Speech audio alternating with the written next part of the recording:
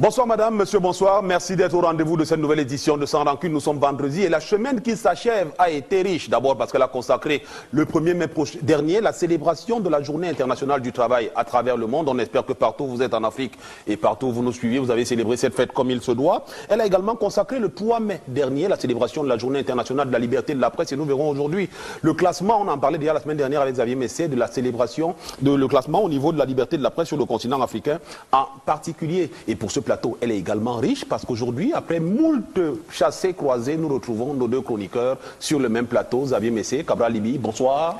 Bonsoir Paul. Vous allez bien? Mais moi je vais très bien. Oui. Comment vous avez fêté le 3 mai? Alors, le 3 mai, il y a eu une série d'activités. Il y a eu des matchs de foot en prélude, c'était dimanche. Et à partir de lundi, il y a eu une série d'activités qui ont été organisées par le syndicat des journalistes au Cameroun. Notamment, il y a eu des universités organisées au JICAM à Douala, où on a beaucoup appris sur le métier du journalisme. Il y a eu plein de choses, notamment pour des jeunes journalistes, des jeunes reporters. L'accent a surtout été mis sur le respect de l'éthique, le respect de la déontologie, le retour à l'orthodoxie. Voilà. C'est quand même c'est très intéressant parce que nous avons toujours fait des reproches à la Journée internationale de la femme, le 8 mars, que les femmes passaient leur temps à danser, à boire, à faire des excès dans les bars, au lieu de réfléchir. Mais les journalistes ne sont pas limités à la critique, sont passés, n'est-ce pas, au modèle. Voilà. On a réfléchi, on a pensé à la presse, on a pensé aux libertés, on a pensé aux règles d'éthique et de déontologie, voilà. On a pensé aux jeunes journalistes, on a pensé à la formation. Ça veut dire quand même que nous prêchons par l'exemple. Voilà. C'était donc la célébration de la Journée internationale de la presse. Je ne sais pas si on en parlera dans cette édition. Je ne vois pas dans l'actualité. Ben, on espère que ça va faire bouger les lignes. Ça avance, ça avance. Timidement, Cabral, mais ça avance. Il y a des... Si vous regardez, si vous faites si vous jetez un regard rétrospectif, vous vous rendez compte qu'entre il y a 20 ans, quand moi je démarrais, et aujourd'hui, il y a eu beaucoup d'avancées. Donc si je prends il y a 40 ans, quand Xavier a démarré, vous verrez qu'il y a un grand bond qui a été fait. Ça avance peut-être pas à la vitesse qu'on souhaiterait, mais il y a des choses qui avancent. C'est un combat qui se gagne étape par étape. Et je pense que chaque année, on ne peut plus refaire il y a 20 ans, on ne peut plus refaire la presse d'il y a 20 ans. Il y a 20, 30 ans, on n'avait pas autant de journalistes sortis des écoles comme c'est le cas aujourd'hui. Voilà. Tout de même, on peut dire qu'il y a des avancées, comme Paul le dit. Ce n'est pas des pas de géant, mais c'est tout de même, on ne fait pas du surplace. Il faut quand même noter aussi les reculades, mais bon. Il vaut mieux regarder le verre à moitié plein que de le voir à moitié vide. Et pour ce qui est de cette édition, mesdames et messieurs, elle sera tout autant riche. On commencera par vous, Cabral. Vous revenez de Bamenda où se déroulaient les Jeux universitaires du Cameroun, remportés par l'université de Douala, me semble-t-il. Votre université, Yaoundé 2, se classe en 3e position, donc elle est sur le podium.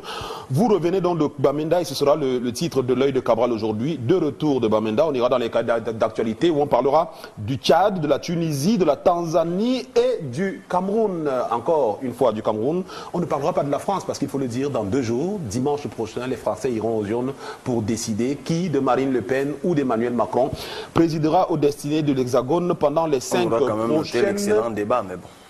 Oui. Espérons que ce sera déterminant pour l'un ou pour l'autre. On l'espère. Même si la presse a déjà son candidat à la finance aussi. On voyait Hillary Clinton aux États-Unis, on a eu Trump. Donc méfions-nous de ce que prédisent les sondages. Comme la France n'est pas les États-Unis. Et comme la France n'est pas les États-Unis, justement, donc Macron n'est pas Trump.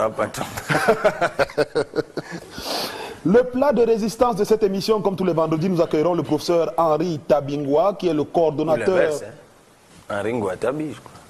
Henri Ngouatabi. Voilà. D'accord. C'est sûr, maintien au classement qu'il y a sur les ouvrages. Mais attendons que l'invité arrive, il nous dira lui-même si c'est Henri Ngouatabi ou Henri Tabingwa. J'ai déjà vu ses publications. Paul m'a demandé avec empressement comment a été mon week-end, comment a été la semaine.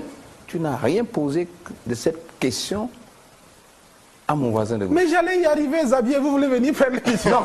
Parce que j'allais dire c'est un acharnement sur moi. Mais Xavier, moi j'ai pensé à introduire Cabral avant l'œil de Cabral et commencer par cela. Là, vous Ah bon? Oui. Bon, mais moi j'ai rien dit alors. Voilà, vous n'avez rien dit. J'avoue que je ne comprends rien à ce qui se passe. Je réitère. Non, je viendrai là-dessus, Xavier, ne vous inquiétez pas.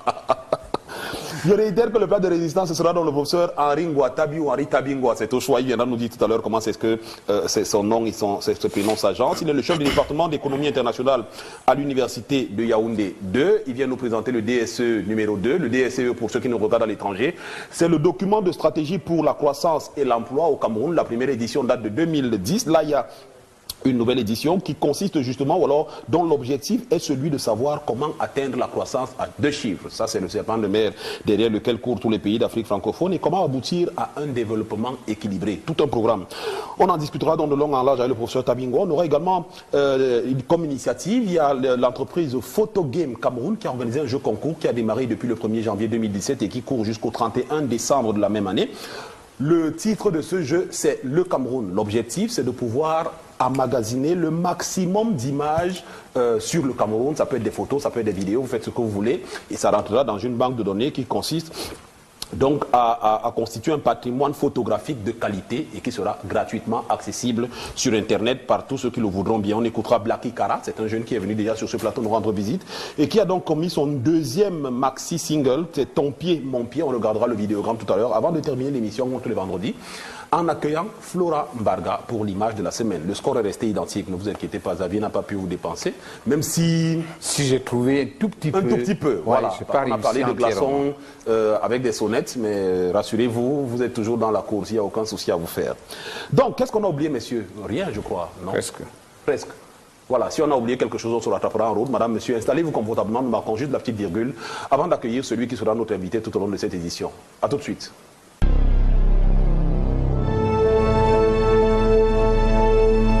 On est donc de retour sur le plateau de Sans Rancune. Cabral ne fait que nous embêter d'abord avec les noms de l'invité qui ne sont pas bien agencés, ensuite avec l'ouvrage et pas l'ouvrage. On va donc accueillir, mesdames et messieurs, celui qui sera l'invité de cette édition de Sans Rancune.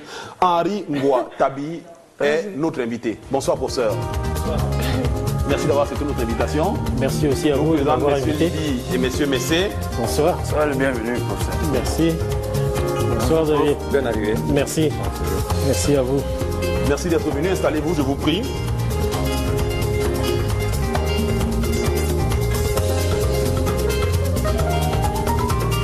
Alors, professeur Henri Ngwa Tabi, d'abord, arrangeons tout ça définitivement. Est-ce que c'est Henri Tabi Ngwa ou Henri Ngwa Tabi? Mon prénom c'est Henri, mon nom c'est Ngwa Tabi. Ngwa Tabi, voilà, au moins ça c'est réglé.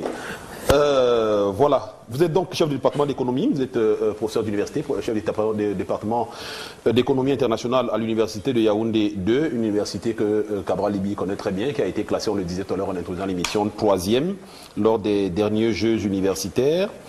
Et alors, vous venez nous présenter le DSCE 2 ou pas? Pas le DSCE 2, parce que le DSCE 2, il arrivera en 2020. En 2020. Parce que le DSCE doit être révisé en 2020. D'accord. Le DSCE, tel que nous le connaissons, a été commis en 2010, je crois. Non, il a commencé à être exécuté en 2009. En 2009. En 2009. D'accord. Et donc, 2009-2017, il est en exécution et il est prévu qu'il soit révisé en 2020. Alors, vous êtes donc le coordonnateur de la rédaction de cet ouvrage. Oui. Intitulé « Document de stratégie pour la croissance et l'emploi au Cameroun. Comment atteindre la croissance à 2 chiffres ?» Oui. Évidemment. Pourquoi c'est un problème, atteindre la croissance à 2 chiffres? Évidemment, parce que lorsque on lance dans tous les pays, si vous voulez, francophones et beaucoup de pays d'Afrique même, qui sont sortis de ce qu'on appelle l'ajustement structurel et des points d'achèvement, tous ont élaboré des documents de stratégie pour la croissance ou pour l'emploi, ça dépend. Vous vous rappelez, on était d'abord dans un document de stratégie pour la réduction de la pauvreté au Cameroun. La sémantique, est-ce que tout un programme pour lutter contre la pauvreté, cette sémantique-là n'était pas bonne. Donc il a fallu passer à une autre sémantique, stratégie de la croissance et l'emploi. Parce que la croissance, c'est un tout. Vous avez tout dans la croissance. Vous avez l'investissement, vous avez l'éducation, vous avez la santé, vous avez l'innovation, vous avez la productivité, tout dans la croissance.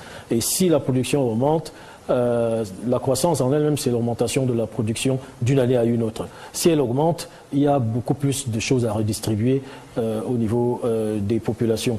Donc, comment atteindre une croissance à 2 chiffres? C'est ça l'objectif du document de stratégie pour la croissance et l'emploi. Ça vous conduit vers ce qui a été défini, l'émergence. Pourquoi donc la croissance est à 5% depuis la mise en œuvre du DSCE?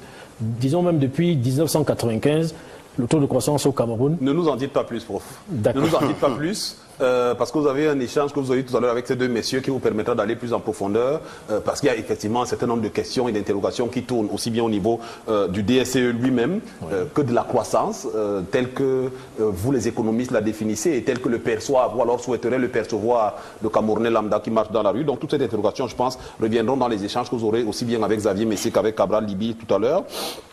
On va vous garder, vous êtes notre invité tout au long de l'émission, donc on parlera de ça en longueur et en largeur. Le temps juste de partir, comme c'est le cas tous les vendredis, retrouver Cabral Libye qui, après 2 semaines de pèlerinage et de villégiature, c'était plus pèlerinage que villégiature, je crois. C'était pas la villégiature du tout. C'était pas la villégiature du tout.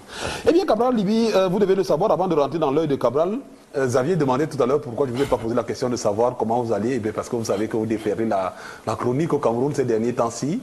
Et moi, je me suis promis, et j'ai promis à tous les gens que j'ai rencontrés, aussi bien hors du Cameroun qu'au Cameroun, qui m'ont demandé, mais est-ce que c'est vrai cette histoire? Je leur ai dit, je lui poserai la question devant tout le monde et qu'ils nous disent. Il se dit que vous avez déclaré votre candidature à la présidentielle du Cameroun pour la prochaine échéance qui est prévue en 2018. Alors, je souhaitais vous demander solennellement devant tout le monde si c'est une rumeur ou alors si effectivement vous avez déclaré que vous serez candidat à ce scrutin-là. D'abord, je ne sais pas pourquoi ce serait étonnant que je sois candidat à l'élection. Personne n'est étonné, surtout pas moi. Je veux juste que tout le monde ait le cœur net et que ça cesse d'être des blagues et que les gens... Ce qu'on peut noter déjà, c'est qu'effectivement, depuis pratiquement une semaine, je fais l'objet d'un buzz incroyable. Je suis moi-même le premier à m'en rendre compte. Je ne sais pas, pour les plus anciens, ils nous diront s'il y a un précédent en la matière. Avant, il n'y avait pas les réseaux sociaux.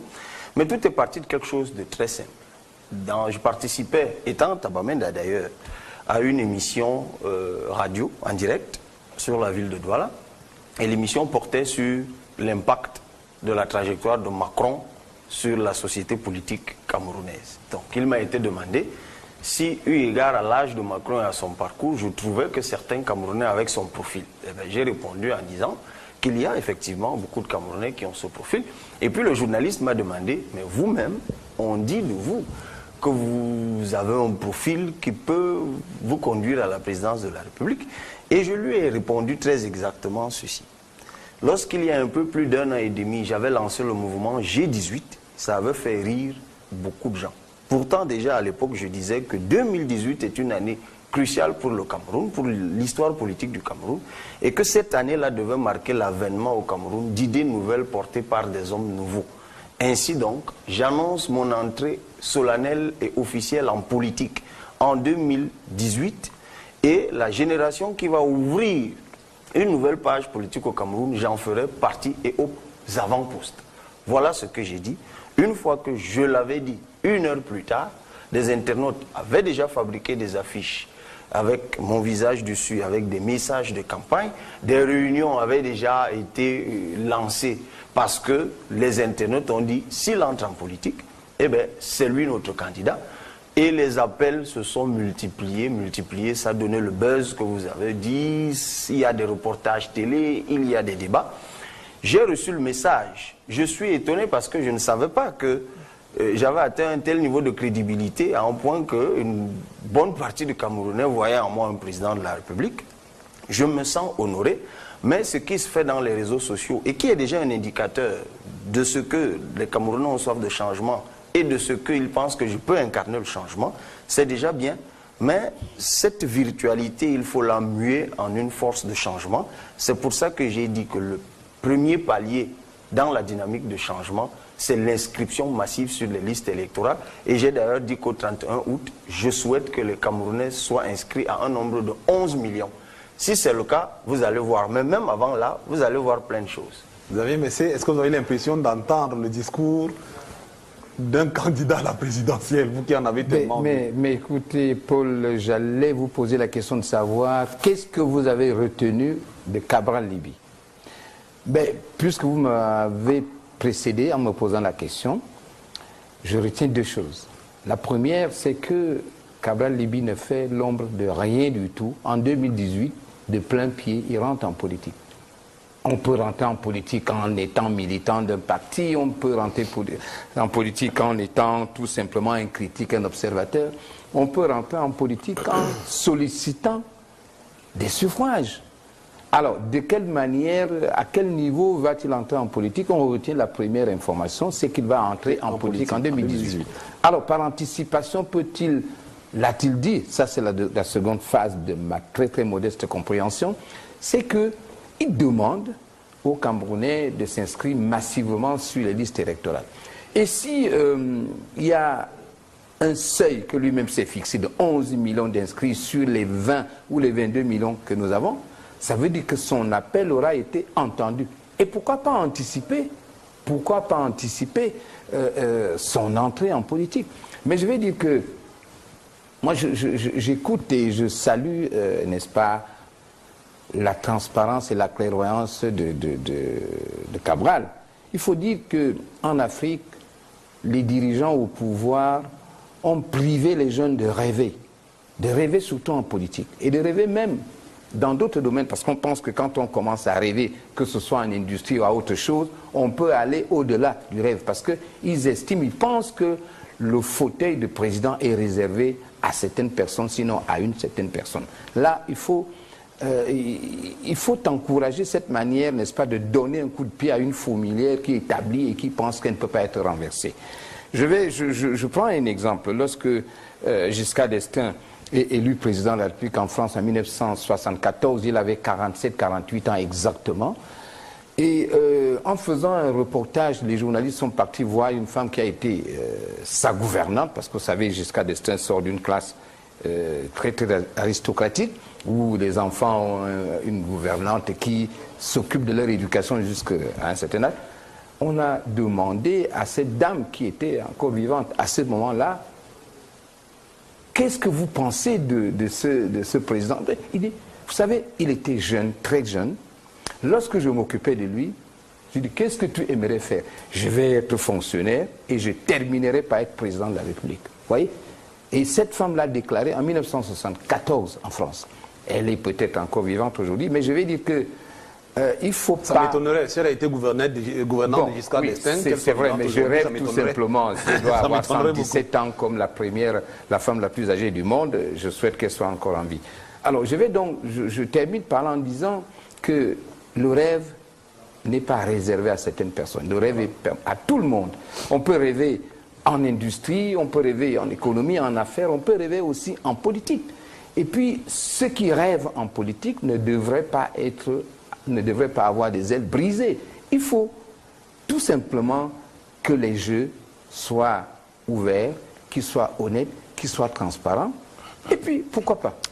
Et puis, pourquoi pas? Donc, merci d'avoir clarifié la situation. Au moins, on a retenu la même chose que Xavier, qu'en 2018, vous faites tout rentrer en politique. Comment? On attend encore de voir. Est-ce que tu permets que j'ajoute une chose? Parce que quand il parle de rêve, il y a deux rêves en réalité qui se croisent. Il y a le mien, qui ne date pas d'aujourd'hui. Ça ne fait l'objet d'aucun secret.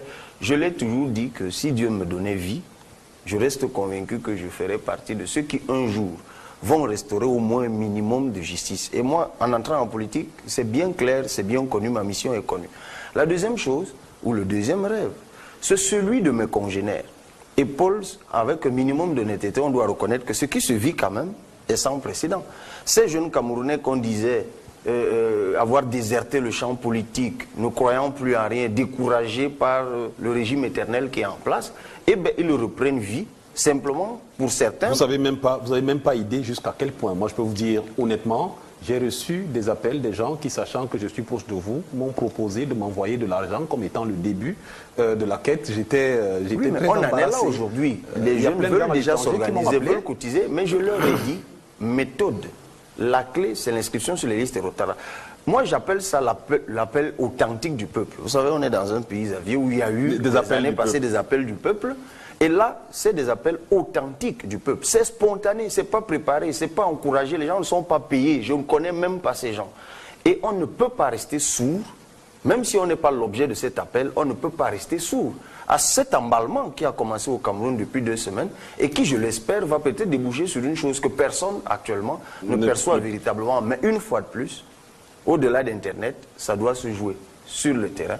Et la clé, C'est la liste électorale. Allez-y, chers jeunes, sans retenue. En attendant donc que vous passiez de l'autre côté de la table, vous êtes encore de ce côté-ci. Vous êtes encore le chroniqueur de cette émission. Et cette semaine-ci, l'œil de Cabral nous ramène. Nous revenons de Bamenda. Je reviens de Bamenda, Paul, tu l'as dit tout à l'heure, à la faveur de beaucoup de choses. Certaines sont connues, d'autres le sont moins. Restons-en là. Restons à ce qui est connu. C'était d'abord les Jeux universitaires et puis mon institution y participait. Ben, mieux que la fois dernière, Yaoundé 2, c'est ici au pied du podium. Troisième position sur le classement des universités. Il faut saluer tous ceux qui ont travaillé pour cela, mes patrons, notamment le recteur de l'université de Yaoundé 2, le professeur Ibrahim Adamou. Il y a une deuxième chose qui aura marqué ces Jeux universitaires, dont on parle moins, mais comme moi j'appelle les Jeux de l'esprit. C'était une exposition du génie et du talent de l'étudiant camerounais, où toutes les institutions universitaires qui y étaient avaient fait partir là-bas des groupes de jeunes qui faisaient la promotion de leurs inventions, de leurs innovations. Et j'ai vu des choses incroyables, Paul Maël. Des jeunes qui ont inventé du ciment, des jeunes qui ont inventé de l'engrais, des jeunes de l'école des travaux qui ont inventé une maison construite en matériaux locaux, 8 millions, clés en main. Des choses incroyables. Je me suis dit, mais ça existe dans ce pays. Et bien ces jeunes nous disent, j'ai mangé du jambon, du saucisson de poisson, du saucisson de tilapia, venu de l'Institut des études halieutiques de Yabassi. Des choses incroyables. Je me suis dit, mais pourquoi ces jeunes ne sont pas encouragés? Mais j'ai été refréné dans mon questionnement en me disant, c'est bien le ministre de l'Enseignement supérieur qui a fait qu'ils viennent là. C'est sûr qu'il a un plan derrière. Il faut peut-être déjà aussi féliciter ceux qui ont travaillé, le professeur Foudan Djodo, qui est inspecteur général des services, et le professeur Lokmon Belek, qui ont encadré ces jeunes. C'était très émouvant de voir ça. Et moi, je me suis dit, à terme, ça va même supplanter les jeux du sport et de la course qui sont aujourd'hui pollués, comme vous le savez, par le mercenariat. Apparemment, les Jeux universitaires sont devenus une affaire politique. Les gens veulent absolument gagner. Mais Douala, reconnaissons-le, a gagné, non pas par ça, mais parce que leur recteur, le professeur Etoile, que vous connaissez bien, il a su être là aux côtés de ses enfants. Il s'est vraiment comporté en encadreur. La troisième chose, vous vous en doutez bien, la crise anglophone. Si je séjourne quand même 8 jours à Bamenda, vous vous doutez que je ne vais pas rester à l'hôtel ou autour des terrains de football. Eh bien, ce que je ramène de Bamenda, Paul, c'est que c'est l'impasse. La crise anglophone est dans l'impasse. Ce que beaucoup de gens ne savent plus, c'est que les villes mortes, c'est devenu quelque chose de banal. Je dis même de banal à Bamenda. Lundi, non, dimanche, une rumeur circule que demain, c'est ville morte. Tout le monde croit que c'est la blague. Le lendemain, vous sortez de votre hôtel, vous ne pouvez pas acheter une brosse à dents. Tout est fermé pratiquement jusqu'au callbox. Et toute la journée jusqu'au soir. Je me souviens, le jeudi, il y avait une audience à Yaoundé des leaders du consortium. Une rumeur commence à circuler la veille, le mercredi, que bon, en solidarité à ceux qui seront jugés demain, il y a ville morte. Vous demandez à une femme, c'est vrai, il y a ville morte, il vous dit, mais d'où vous avez entendu ça? Il n'y aura rien. Vous revenez là le jeudi, elle est fermée. Comment ça circule? Vous ne savez pas. J'ai essayé de me rapprocher des autorités, des leaders locaux, des élites locales, leur demandant, mais comment ça se fait? Tous vous disent, il n'y a rien. L'école, est-ce que l'école a repris? Pratiquement pas. Il y a quelques écoles qui sont ouvertes, notamment les écoles publiques. Les écoles confessionnelles sont toujours fermées, les écoles privées sont toujours fermées. Et même vous ne croisez, quand même on vous dit que les gens vont à l'école, vous ne croisez personne, aucun élève dans la rue en tenue. Et bien j'ai demandé, mais vous me dites que les gens vont à l'école, comment ils vont à l'école? Et bien quelqu'un m'a dit, observe bien, ces deux enfants qui viennent là sortent de l'école. Je dis, mais pourquoi ils sont en civil? Il me dit non. Eh bien ils sont en civil, regarde bien, ils ont une jupe de même couleur. En fait, ils ont enlevé le haut de la tenue, parce que personne ne marche dans la rue avec le haut de la tenue. Donc pour certains, ils mettent la tenue dans le sac, et c'est quand ils arrivent dans l'enceinte de l'école qu'ils enfilent la tenue, et ils font la même pirouette pour rentrer à la maison. Et je me suis demandé, mais pourquoi au moins les enfants ne vont pas à l'école? Parce que c'est quand même un retard incroyable que ces élèves-là sont en train d'enregistrer. Je me suis demandé, mais pourquoi on en est là? Et bien j'ai fait le tour de la question pour Maël, et c'est par là que je sors. Cette impasse est en réalité politique. C'est vrai, de façade, quand vous leur demandez, mais pourquoi vous êtes autant arc-boutés, ils vous disent, non, on a des problèmes de route, on a des problèmes d'infrastructure. Je leur dis, oui, je reconnais que Babadjou Bamenda, c'est un chemin de calvaire, c'est 50, un peu moins de 50 km, c'est un calvaire. Mais je leur ai dit, mais vous, au moins, vous avez l'électricité, parce que moi, je suis à une centaine de kilomètres de Yaoundé dans le centre. Dans mon village, il n'y a ni route, ni eau, ni électricité. Donc ces problèmes ne sont pas propres à vous. Donc ça ne peut quand même pas justifier une telle rigidité. Il y a autre chose derrière. Et bien c'est là qu'on me dit qu'effectivement il y a autre chose. En fait, la vérité ici, c'est que les gens sont exaspérés, que les mêmes familles les gouvernent depuis très longtemps et que les gens sont tenus en laisse par ceux qui les ont toujours écrasés et qui sont restés les manias de la finance et qui tiennent tout le monde et ils en ont marre. Ils veulent absolument un renouvellement de la classe politique et de l'élite politique locale. Et ça, je l'ai revérifié. Je ne vous dirai pas jusqu'où pour ne pas dévoiler les sources, encore qu'aujourd'hui, ça ne suffit pas pour être condamné, puisqu'on parle de la liberté de la presse. Mais ça, c'est un problème sérieux et profond. Donc, il ne me reste plus qu'à lancer un appel. Parce que moi, c'est ce qui m'a le plus touché, de voir des enfants qui déambulent dans les rues à longueur de journée, insouciants. Leurs parents ne se montrent même pas prêts de les renvoyer à l'école. Ils vous disent, au point où on en est, si rien ne change, même s'il faut qu'on reste là 2 ans ou 3 ans à la maison avec nos enfants, eh bien rien ne changera. Je dis que c'est un problème, de mon point de vue, qui est sérieusement profond pour le Mahel. C'est vrai que le gouvernement même était parti sur la condescendance, le mépris, en bastonnant les gens. Et qu'en même temps, depuis un certain temps, ils ont quand même essayé, non sans orgueil, de corriger une ou deux choses du côté de la justice, du côté de l'éducation. Je pense quand même qu'on devrait pouvoir aménager au moins une enclave de paix dans cet océan de problèmes pour ces jeunes enfants. Parce que moi, ça me pose vraiment problème que des enfants de 7 ans, 8 ans passent 1 an. Et surtout, ce qu'on ne dit pas suffisamment, c'est que beaucoup ont renvoyé leurs enfants à Yaoundé et à Douala, qui poursuivent allègrement des études. Et ceux qui actuellement sont en train d'enregistrer des retards, 2 ans, dans 2 ans, dans 3 ans, ça va poser un autre problème parce qu'il va falloir rattraper le retard que ceux-là sont en train de connaître. Pour moi, c'est un problème sérieusement important sur lequel il faut qu'on se penche. Voilà ce que j'ai ramené de Bamenda. Que pensez-vous de tout ce qu'il y a dans la gibecière de Cabral? Des informations. Il est candidat à l'élection présidentielle. C'est politique. Il peut répondre. Quelle solution propose-t-il?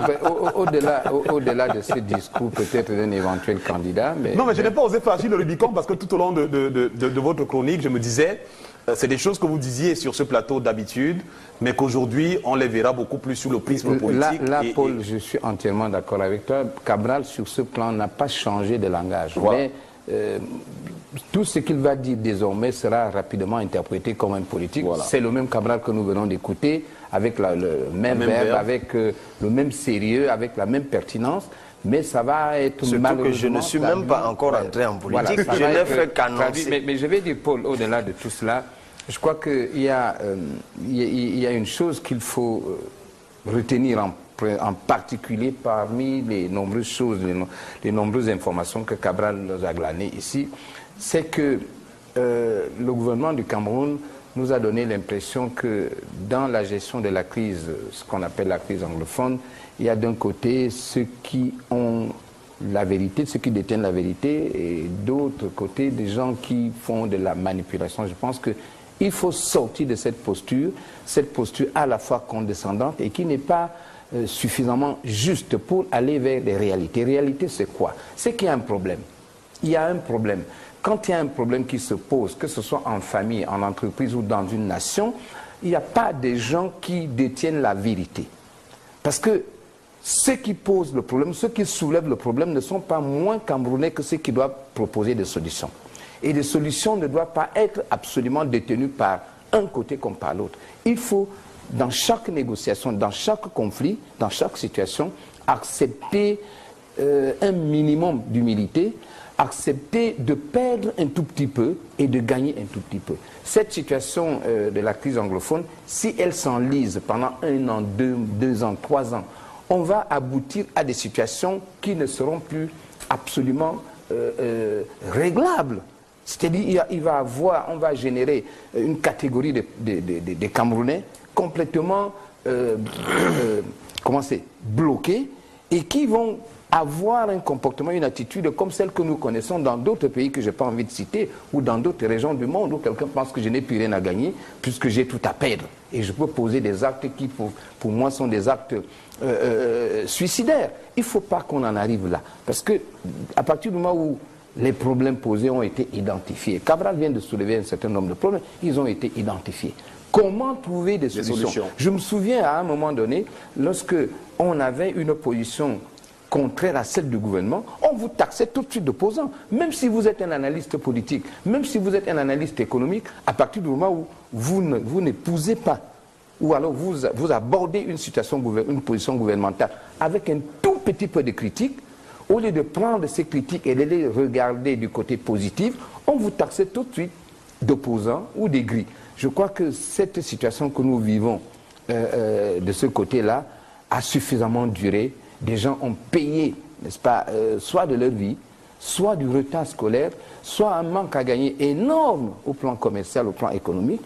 Il faut que des gens acceptent de marquer un pas et de céder, de tous les côtés.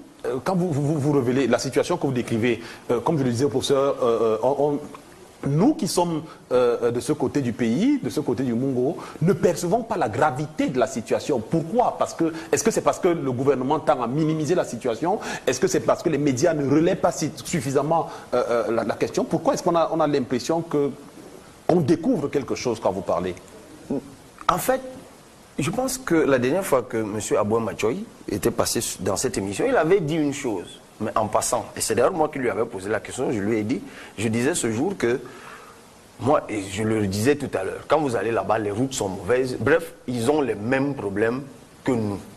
Et souvent, vous entendez des francophones qui disent, mais ces gens, ils demandent des routes, ils demandent des écoles, nous-mêmes, on en demande.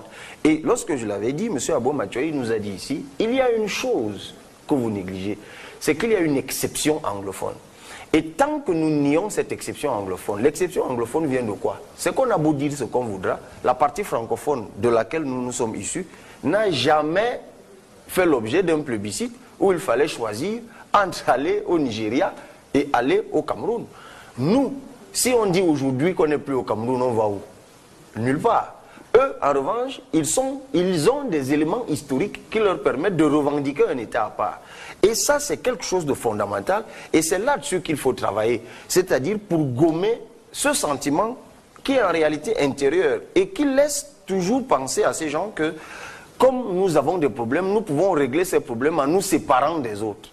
Et on a cultivé ça pendant longtemps. C'est ce qu'on ne dit pas. Parce que ces élites politiques aujourd'hui dont on veut se débarrasser ont longtemps activé cette fibre pour faire du chantage politique au pouvoir francophone. Maintenant, ils sont eux-mêmes débordés par le fléau. J'ai envie de dire, ils ont construit Frankenstein et ils sont dépassés par Frankenstein. Ils ont alimenté ce sentiment séparatiste de façon couvée parce que ça leur permettait de faire du chantage en haut et de faire des saupoudrages qui les maintenaient en position de rapport de force favorable. Et c'est là, dans la profondeur de cette affaire, qu'il faut travailler sérieusement.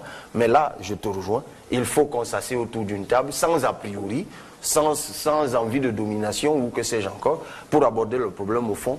Et je ne suis pas sûr que nous allons dans cette direction. Vous voyez, professeur Ngouatabi, sans être officiellement candidat, il a déjà des esquisses de solutions. Exactement.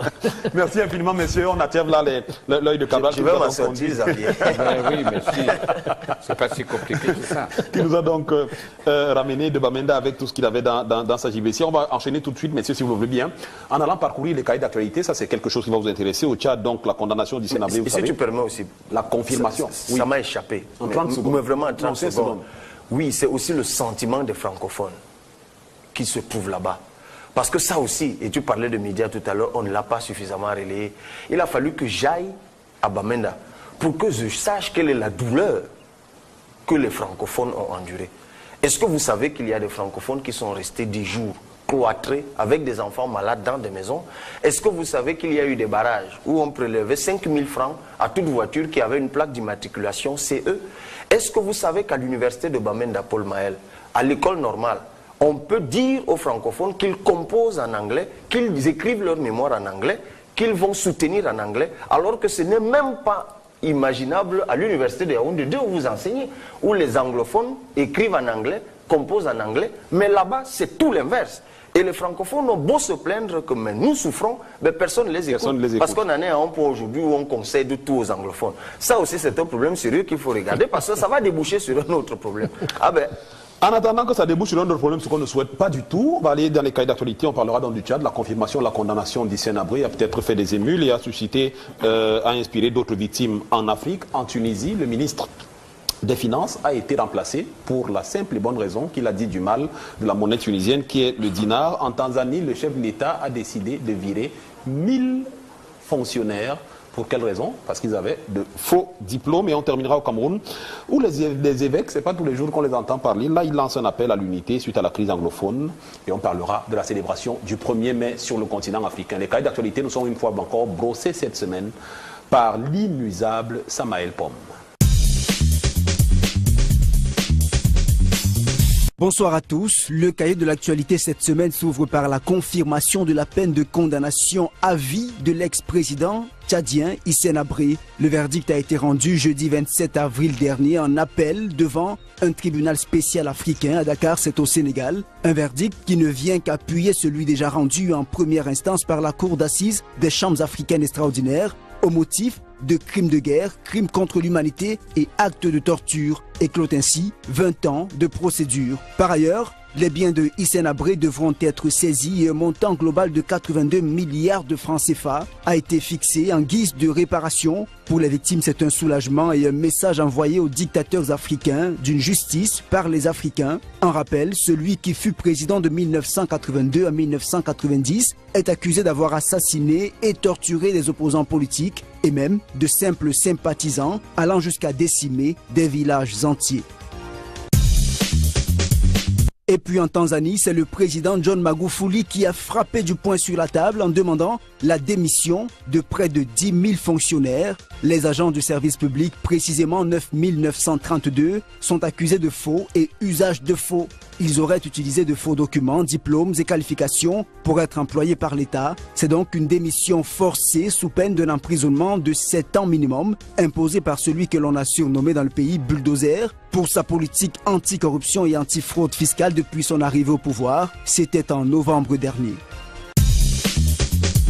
En Tunisie, Lamia Zribi n'est plus ministre des Finances et ce depuis le 30 avril au soir, date de son limogeage. Les raisons n'ont pas été données, mais de sources officieuses, son départ du gouvernement serait dû à des propos tenus il y a quelque temps. Encore en fonction, elle avait déclaré que la Banque centrale n'avait plus les moyens de défendre la monnaie nationale comme avant à cause du déficit commercial du pays et prédisait ainsi une chute progressive du dinar, la monnaie locale. Mais aujourd'hui, l'on se questionne sur la véracité de ces propos au vu des 10% de la valeur de cette monnaie perdue depuis fin avril.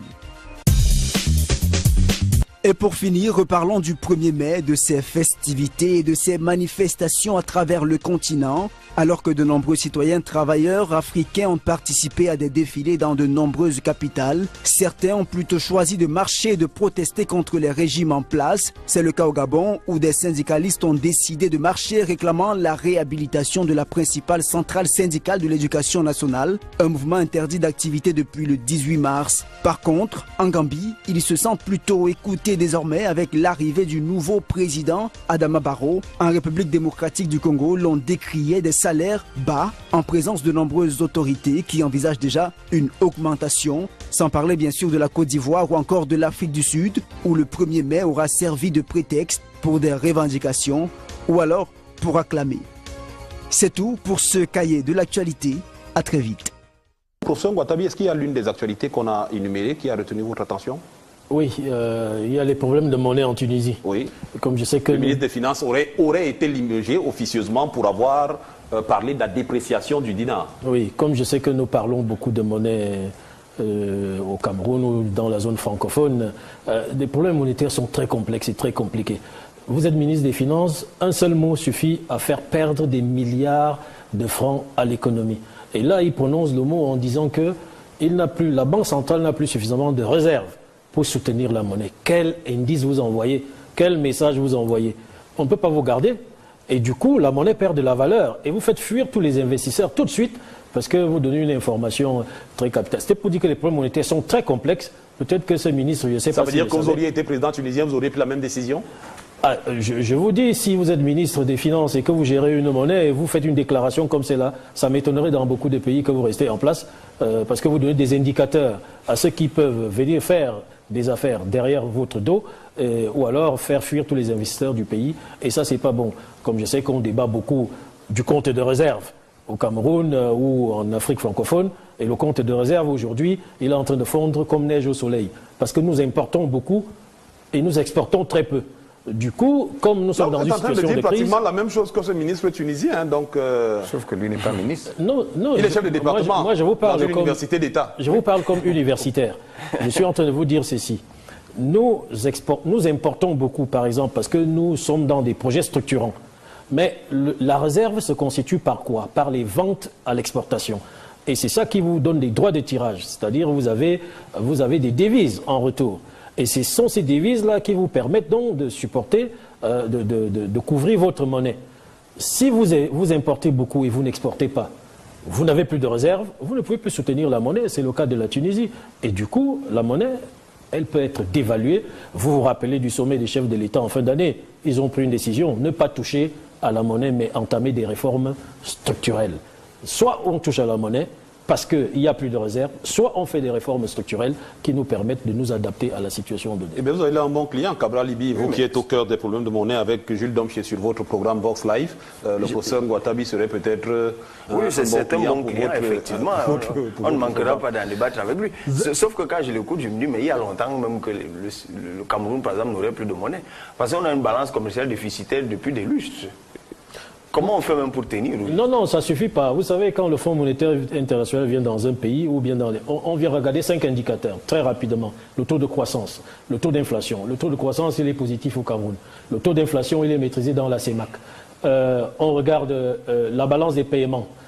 Là, il y a un petit souci parce qu'on achète beaucoup à l'extérieur pour pouvoir financer les projets structurants. Il y a la balance commerciale à laquelle vous avez fait allusion. Là encore, on peut vous donner une explication, c'est que nous achetons beaucoup pour l'instant pour investir. Elle peut être déficitaire lorsqu'on investit. Ça, il n'y a pas de souci. Et ensuite, il y a un 5e indicateur. Donc, sur les 5, le Cameroun a 3 indicateurs qui sont positifs.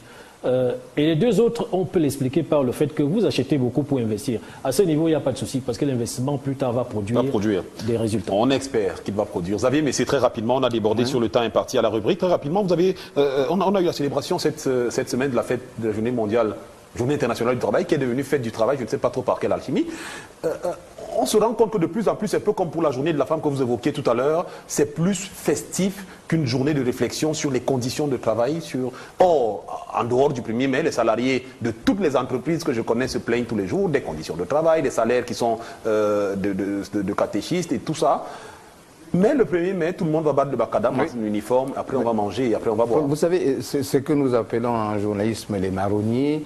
Le 1er mai au Cameroun ressemble à un énorme marronnier qui, depuis près de 60 ans, n'a pas changé. Il suffit tout simplement de déplacer la date.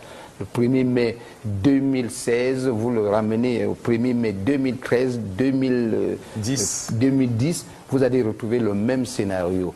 Les présidents des syndicats qui ont choisi de travailler en étroite collaboration avec le gouvernement ont les mêmes discours, quelle que soit la personne qui remplace un président d'une confédération syndicale. Les travailleurs ne pensent même plus du tout à leur sort, ils pensent tout simplement aux t-shirts, aux boissons qu'ils vont consommer et à la nourriture également. Donc la fête du 1er mai au Cameroun a une coloration qui ressemble au Cameroun, c'est-à-dire le goût à la fête. Mais on n'a pas seulement au Cameroun, on a vu sur les images de Samuel Pomme que c'est partout en Afrique. Oui, mais c'est partout en Afrique. Vous savez, le Cameroun, c'est dans le continent africain. Le Cameroun n'est pas un pays asiatique. Mais si vous sortez du continent africain, vous allez trouver qu'il y a le 1er mai est manifesté autrement. Il y a des jours. C'est une journée de réflexion. Le système des Nations Unies a récupéré. Avec vous, non pas de la crise anglophone dont nous avons déjà parlé avec cet appel des évêques qui appellent eux à l'unité. On ne sait pas si l'unité, l'appel seul sera suffisant pour régler le problème étant donné la situation que vous avez décrite tout à l'heure. Mais parlons.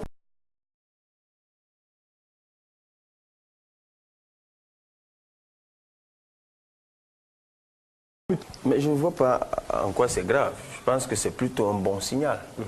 Il y a une commission qui a travaillé préalablement. Ce n'est pas sur un coup de tête qu'il a décidé. Donc, les uns et les autres étaient prévenus puisqu'il y avait une commission d'enquête qui a travaillé et qui a relevé qu'il y avait environ 9700, ou bon, on a arrondi à 10 000, de personnes qui avaient de faux diplômes dans l'administration publique. Le prof qui parle de performance économique, je pense que l'un des facteurs, c'est l'incompétence, c'est l'imposture des personnes qui, complètement nulles ou avec de fausses qualifications, réussissent à se hisser dans l'appareil d'État. Et c'est ça qui produit la déconfiture qu'on voit dans un bon nombre de systèmes. Et je pense que moi, je ne peux que féliciter le président tanzanien, même si parfois ces hommes politiques ils font des choses pour d'autres raisons. En fait, ils restent des hommes politiques. Mais sur le principe, je pense qu'il faut justement dératiser. Je vous ai posé la question justement parce que, et là c'est à qui veut prendre la parole très rapidement pour sortir, parce que de plus en plus au Cameroun, on parle aussi bien dans l'administration publique que dans le secteur privé d'une prolifération d'abord de faux diplômes et même des gens qui sont à des postes alors qu'ils n'ont pas de qualification pour cela. Ça pourrait peut-être... Oui, mais ça pourrait nous inspirer. Surtout, vous parlez d'un pays comme le Cameroun. On n'arrive pas déjà à dire combien de personnes on paye par mois. Je pense que le FMI est déjà venu ici à maintes reprises. Voilà, on est dans des rares pays de la planète où on ne maîtrise pas la masse salariale. C'est-à-dire que le ministre des Finances ne peut pas vous dire que le mois qui est passé, j'ai payé tel nombre de personnes, tel à tel endroit, tel à l'autre. Ça fluctue chaque fois. Nous sommes bien dans un pays où on parle d'Omboma. Vous en avez déjà entendu parler. C'est-à-dire des histoires bizarres au trésor public où les gens réussissent à tirer des bons, ils s'enrichissent allègrement. Et tout ça part de quoi? C'est de l'infiltration, de ce que l'appareil d'État, qui devrait être un appareil performant, pour réguler l'activité économique, réguler l'activité sociale, où on a besoin de technocrates bien formés et qui savent de quoi il s'agit. Mais malheureusement, c'est infesté d'individus et c'est eux. Regardez, ça vous explique pourquoi le service public est parfois déficient. Pas seulement au Cameroun, mais ailleurs. Parce que le chic voudrait que c'est celui qui est imposteur qui se comporte le plus mal. Et c'est généralement le plus méritant qui se comporte le mieux. La personne qui vous répond n'importe comment quand vous allez demander un service dans une administration publique, fouillez bien, grattez bien derrière, vous trouvez qu'il n'a même pas un diplôme. Mais c'est pour ça qu'il se comporte mal, Cabral, justement. Eh ben, justement. Pourtant, il devrait faire profil bas, puisqu'il est dans une situation d'imposture. Merci infiniment, messieurs, d'avoir épluché avec nous ces cahiers d'actualité. Il y a d'autres sujets qu'on abordera probablement la semaine prochaine. Madame, messieurs, nous allons donc marquer la petite pause qui nous permettra de rentrer dans quelques instants dans le plat de résistance de cette émission. Ce sera l'entretien que nous aurons avec le professeur Henri Ngouatabi, qui viendra nous dire comment atteindre la croissance à 2 chiffres et surtout comment atteindre un développement équilibré. A tout de suite.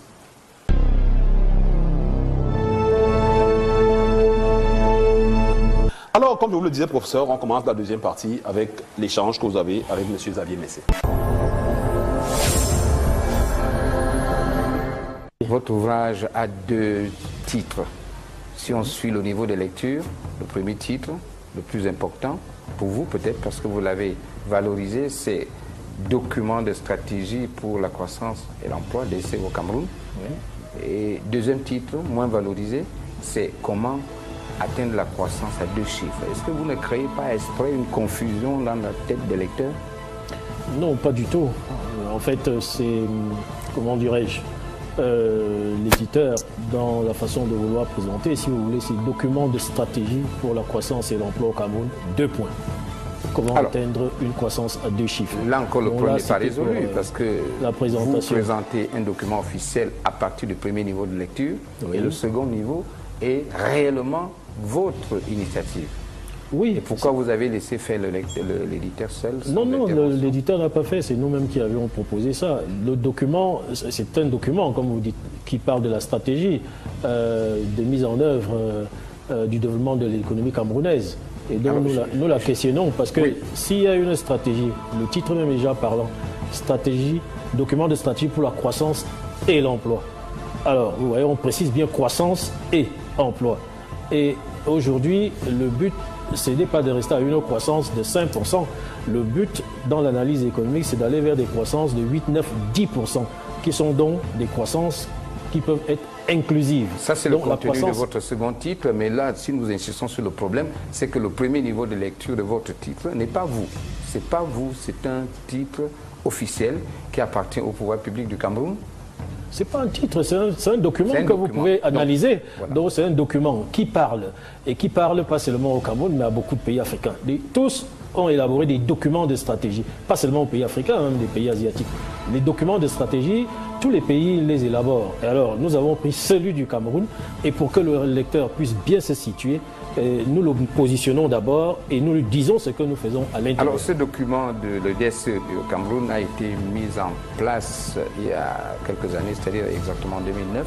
Oui. Et il arrive à échéance en 2020. Et vous anticipez avec une critique aujourd'hui parce que vous espérez qu'il n'a pas atteint ses objectifs? Non. À mi-chemin? Non, nous ne critiquons même pas. Le problème, c'est pas de critiquer, de dire que c'est mauvais ou c'est bon. Lorsque le document est élaboré, il est mis en œuvre depuis 2009, nous sommes en 2017, ça veut dire que beaucoup de choses ont bougé entre-temps. Et nous nous questionnons donc, surtout qu'en 2020, on doit réviser. Il est prévu la révision. Donc nous nous mettons déjà des idées sur la table dans l'objectif de la révision. On prend dans le DSE, mais on ne l'a même pas analysé entièrement. C'est pour cela qu'on positionne le DSE, mais on a tout simplement étudié le chapitre croissance du DSE pour comprendre pourquoi les résultats ou pourquoi le taux de croissance ne passe pas de 5% à 8%, à 9%. Donc d'après vous, il faut réviser le DSE, absolument, avant terme. En principe, avant de dire réviser, il faut comprendre pourquoi. Le DSE repose sur une approche, là je vais utiliser un terme très simple au lieu de parler de paradigme, une approche théorique qui consiste à faire un développement équilibré, comme il le présentait tout à l'heure. Un développement équilibré, ça veut dire que vous lancez vraiment des investissements dans tous les secteurs, primaires, secondaires, tertiaires, au même rythme. Et pour faire un développement équilibré, c'est très compliqué, c'est très lourd. C'est ce qu'on appelle le big push ou la grande poussée. Et pour arriver à faire la grande poussée, il vous faut beaucoup de moyens. Et donc c'est un modèle qui n'a même pas d'empirisme, en gros. Dans le monde, il y a que 2 pays qui ont réussi à le faire. Beaucoup de Camerounais pensent que le DSE, c'est une forme de manipulation. On a traversé un tout petit peu les plans quinquennaux qui avaient une visibilité, une précision, qu'on pouvait atteindre dans un délai bien concis. Est-ce que vous êtes de cet avis-là, vous qui avez épluché entièrement le DSE? Non, pas forcément. Vous savez, les plans quinquennaux, on ne va pas vivre avec ce qui a été fait dans les années 60. Mais si ça marchait très bien, pourquoi ne pas continuer? Enfin, si ça marchait, vous savez, aujourd'hui, il y a des voitures mécaniques qui marchaient très bien. Et aujourd'hui, on est passé à autre chose, des voitures automatiques, il y en a même qui vont voler bientôt. Non, le monde avance. Il y a d'autres choses qui nous font bouger. Parce que tout ça ne dépend pas forcément de nous-mêmes. Nous ne vivons pas dans un îlot. Et donc, les plans quinquennaux ont fonctionné. Mais aujourd'hui, nous avons traversé une longue étape, 20 ans d'ajustement structurel, donc de beaucoup de souffrances, parce qu'il fallait fermer des entreprises et ainsi de suite. Il faut donc trouver autre chose. Et ce autre chose, ce document, si vous voulez, et quand je parle de développement équilibré, il est complet, le document de stratégie pour la croissance et l'emploi.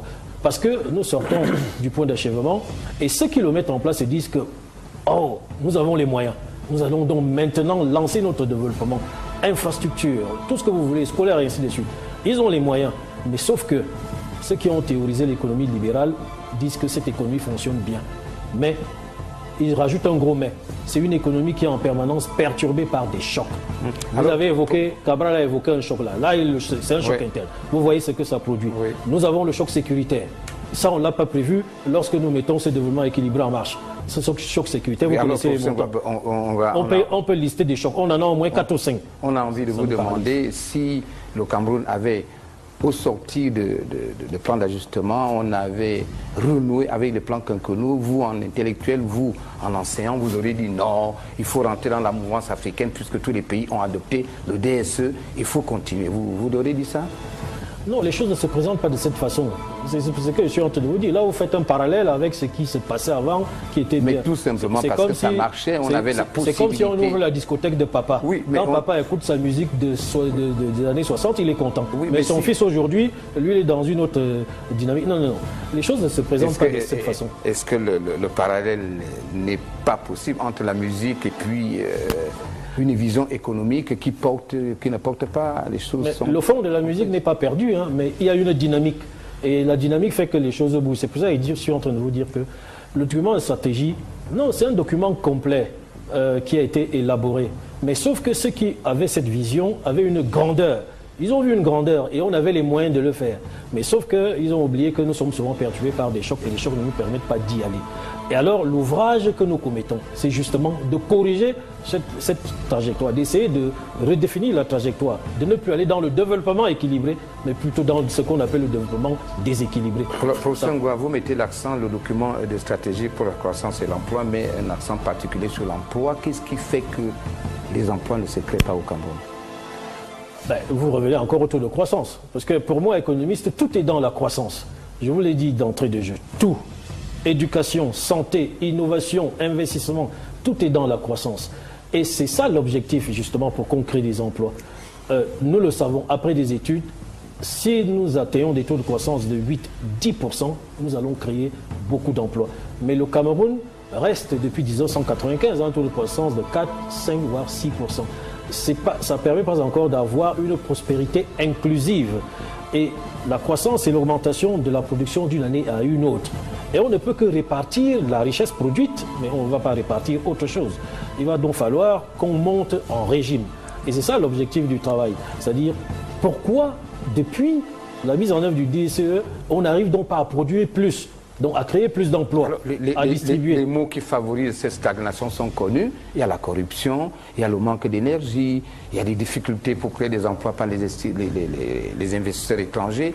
Mais ces mots sont connus, ils sont identifiés. Oui. Et pourquoi vous ne vous y attaquez pas? Oui, il n'y a que les problèmes de gouvernance. Ben, bien sûr, si vous avez bien regardé, les problèmes de gouvernance sont évoqués là, dans ce que vous dites. Mais pour aller dans ces solutions-là, si vous voulez les solutions, c'est-à-dire, au lieu de faire du développement équilibré, il faut faire ce que nous appelons la transformation structurelle. Là, nous allons créer des emplois. Ça veut dire que nous nous centrons sur ce qui peut tirer la croissance très rapidement ou nous rapporter des devises. Ça veut dire que nous avons un ou deux produits que nous pouvons vendre et qui nous rapportent, ce qui n'est pas le cas pour l'instant hors pétrole. Quand vous, je parlais de ça tout à l'heure pour les problèmes de monnaie, quand vous importez pour investir, mais en retour, vous ne vendez pas pour avoir des recettes, il est très compliqué pour vous, un, d'avoir des marges de manœuvre même pour continuer à vous endetter, et deux, de pouvoir créer des emplois si vous ne produisez pas. Donc toute la problématique est là. Au lieu donc de continuer dans le développement équilibré, donc il faut aller vers la transformation structurelle. Et la transformation structurelle regorge 5 éléments que je peux lister très rapidement. Premier élément, la diversification de l'économie. Et là, nous avons une très bonne base. La diversification de l'économie. L'indice de diversification de l'économie du Cameroun est de l'ordre de 69%.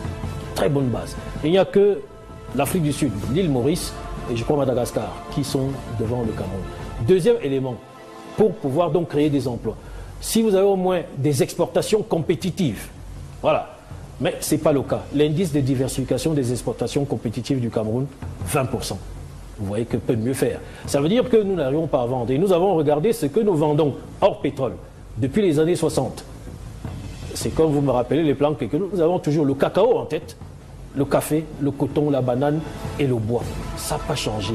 Et vous vous rappelez très bien que le cacao a été abandonné. Ce qui fait que, je crois, on a 230 000 tonnes par an. C'est ça qui nous rapporte des recettes. Oui. Mais et donc voilà le deuxième point. Le troisième point, c'est la mise à niveau de la technologie.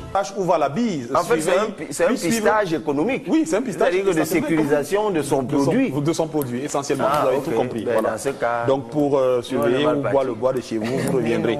Alors, vous êtes là ce soir parce que vous avez lancé un jeu qui s'appelle Photo Game Cameroun. Oui. Le jeu a été lancé le 1er janvier 2017 et s'achèvera le 31 décembre, donc ça court tout au long de l'année. Oui. Le jeu consiste, si j'ai bien compris, à enrichir un serveur de belles images tirées du Cameroun. Il n'y a que des photos ou il y a des vidéos aussi qu'on peut faire? Non, seulement les photos. Alors expliquez-nous comment ça se passe. Ok, le jeu Photo Game Cameroun consiste à prendre de belles photos du Cameroun. D'accord. Et quel que soit l'endroit où on est. Mais selon un thème précis. Parce que le jeu va de janvier à décembre. Et chaque mois, il y a un thème précis. Ah, d'accord. Oui. Ok. Donc, la photo que vous prenez doit correspondre au thème du mois. Oui. Et le thème de ce mois, on est en mai. Le thème de ce mois, c'est quoi? Le travail. Le travail. Donc, d'accord. Donc, il faut faire des photos de la fête du travail, si j'ai bien compris. La fête du travail, non. Non. Ou des gens qui travaillent. Des gens qui travaillent, l'environnement de travail. Tout ce qui est activité lucrative. Elle est où, Violetta? Faites des photos. Là, on est en train de travailler. On peut... Oui, justement. Et vous jouez. Donc, chaque mois, il y a un thème précis. D'accord. Il y a un thème précis. Les participants doivent faire une photo, venir sur la plateforme photogame.proxima. Donc on ne peut faire qu'une seule photo par mois? On ne peut pas en faire plusieurs? Non, vous pouvez en faire plusieurs. Quel type de photo d'abord? Est-ce que je peux les faire avec mon téléphone portable ou alors il faut que Bien sûr, bien sûr. Quel que soit l'endroit où je suis, je vois des gars qui travaillent, je fais une photo avec l'appareil photo. Surtout, il faut dire pourquoi cette photo. Parce que la description de la photo est très importante. D'accord. Oui. Décrire pourquoi celle-ci et pas une autre. D'accord. Oui. Et quand vous faites la photo, vous envoyez en ligne. Oui. Vous envoyez la photo en ligne, si elle correspond à la charte, à tout le règlement qui est affiché sur le site. D'accord. à notre tour, nous validons la photo et vous recevez un lien. Un lien que vous pouvez partager à tous vos contacts qui viendront voter pour votre photo. Mais le vote seul ne suffit pas. Parce qu'il y a, comme je disais, la description aussi qui est importante. Il y a la qualité de la photo qui est importante aussi. Et maintenant, le jury rassemble tous ces critères et sélectionne les 3 meilleures photos du mois. D'accord. Donc jusqu'ici, nous avons... donc chaque mois, il y a un trio de... Oui, chaque mois, il y a 3 gagnants qui sont récompensés. Donc jusqu'à présent, on a récompensé janvier, février, mars. Avril, pas d'accord. Les résultats sont sortis et les récompenses, c'est pour les prochains jours. D'accord. Les prochains jours, oui. Les récompenses, c'est quoi, au fait? Bon, le premier reçoit 50 000 francs. D'accord. Le deuxième, 30 000 francs. Et le troisième, 20 000 francs. Et bon, comme nous sommes en négociation avec des potentiels partenaires, il y aura des gadgets qui vont accompagner ces lots et nous pourrons même récompenser les 10 meilleures photos. Parce que le but ici, c'est de constituer, comme vous avez dit au départ, un répertoire de belles photos du Cameroun. Disponibles gratuitement sur le net. Parce que nous nous sommes rendus compte que on n'en trouve pas. Et même quand on en trouve, c'est payant. Si vous avez besoin, par exemple, nous qui sommes dans le métier, on a besoin de concevoir un site web et qu'on veut un site avec des réalités du pays. Oui, mais nous aussi, on sait ça, on connaît ça. Chaque fois qu'on veut étudier une photo pour un sport, et on vous dit, vous n'avez pas les droits. Voilà, vous n'avez pas les droits ou alors vous voulez vraiment une photo qui reste dans le cadre du Cameroun, il n'y en a pas. D'accord. C'est pour ça que nous avons créé ce jeu et on a mis des thèmes qui orientent les personnes qui viennent jouer. Comme ça, on peut avoir un peu de tout comme photo. Donc, et aussi... Oui, allez-y. Et aussi montrer... parce qu'on a tellement tendance à se focaliser sur les problèmes du Cameroun. On a beaucoup de problèmes. Ce qui est vrai. Et tout. Ce qui est vrai. De telle manière que... Il faut aussi faire des photos qui montrent les choses bien, c'est ça? Oui, des choses bien. Puisque le Cameroun, c'est pas seulement ce qui est mauvais. Vous avez raison. C'est pas seulement ce qui est mauvais. Donc, et je parie que même les personnes qui vivent au Cameroun ne sont pas au courant des richesses et de la beauté de notre pays. Oui. Je peux vous le dire. Et donc, quand vous regardez les photos... au ministère du Tourisme à quoi il sert. Voilà.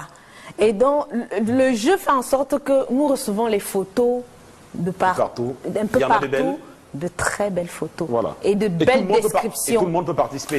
Oui, tout le monde peut participer, tout le monde, puisque c'est ouvert, c'est sur le net. Donc on va demander à Charles d'afficher l'adresse du... Photogame. Photogame, voilà. Proxima, il faut bien l'afficher cette fois, Charles. On l'a dit la semaine dernière, on n'a pas eu de lien. Donc il faut bien l'afficher cette fois. Oui. Vous faites des photos souvent pour cet ami? Il m'arrive de faire des photos, alors que quand vous arrivez quelque part, qu'on vous fasse des photos. Et vous en faites vous-même de belles, ou alors vous faites des photos comme tout le monde, quand un selfie, quand vous êtes à la fête? Il y en a depuis mon jeune âge, des albums de toute ma jeunesse. Il y a encore 2 jours, je fêtais mes albums pour regarder toute ma vie estudiantine. Mais c'est formidable quand vous parcourez tout ça. Et vous voyez déjà comment l'eau a coulé sous les ponts et vers où vous êtes en train d'aller. C'est toute une histoire. Donc, on récapitule dans Photo Game, c'est jusqu'au 31. Là, le thème de ce mois, c'est le thème sur le travail. On va chercher des gens qui travaillent et on va faire des photos. Il faut aussi dire que nous avons aussi l'intention, à la fin, d'organiser une soirée qui permettra de... Enfin, une soirée durant laquelle on va imprimer les plus belles. D'accord. Les plus belles et faire une exposition. Une exposition.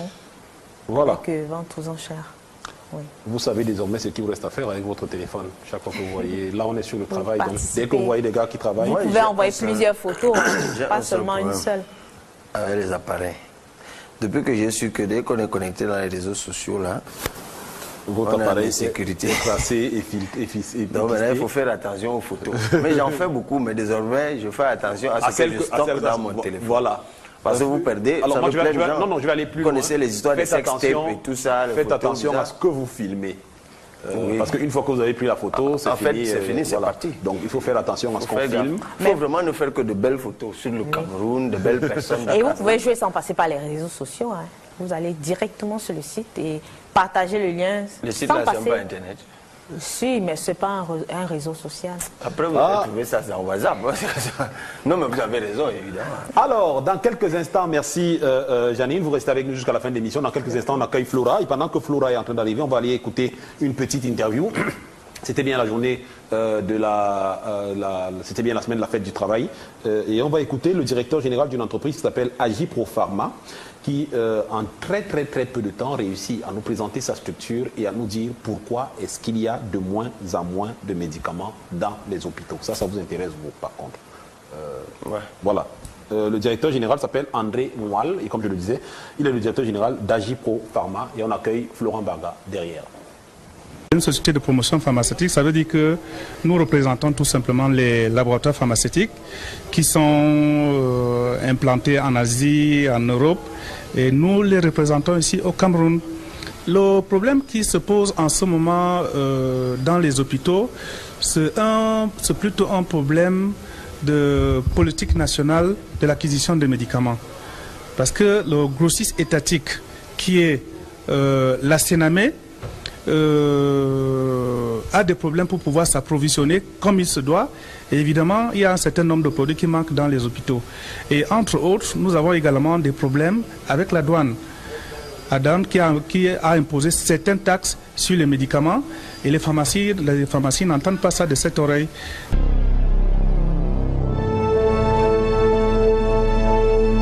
Elle arrive toute de noir et de rouge vêtue. Le noir vous va bien finalement. C'est une couleur lugubre, dit-on souvent, mais finalement ça vous va plutôt pas mal. Le rouge rappelle un peu l'UEPC avec laquelle Cabral doit avoir de très bonnes acquaintances. Ben écoute, mon grand-père était péchiste, deux de mes oncles sont morts au maquis. Il n'y a pas de problème. Hein. Et puis c'est le parti politique. Et quelqu'un dira même, professeur Ngouatabi, je ne sais pas si vous direz le contraire, que tous les Camerounais ont un passé UPCiste d'une manière ou d'une autre. C'est notre histoire. Voilà. C'est notre histoire, donc toutes les femmes devraient me porter le rouge. Alors, Flora, ça a été la semaine. Ça a été. Oui. Ça a été. Ça, j'avais pas vu ça venir. Alors, l'image de la semaine. La vidéo de la semaine. La vidéo de la semaine, d'accord, on n'a pas d'image, on a une vidéo de cette semaine. Alors, il y a des indices toujours? Juste une question. Vous n'avez pas expliqué au prof. Hein. Il n'y a que la vidéo. Il n'y a que la vidéo, donc juste il y a une question. Qu'est-ce qu'il mijote? Qu'est-ce qu'il mijote? D'accord. Alors, regardez, prof, vous nous dites si vous voyez ce qu'il mijote, le monsieur.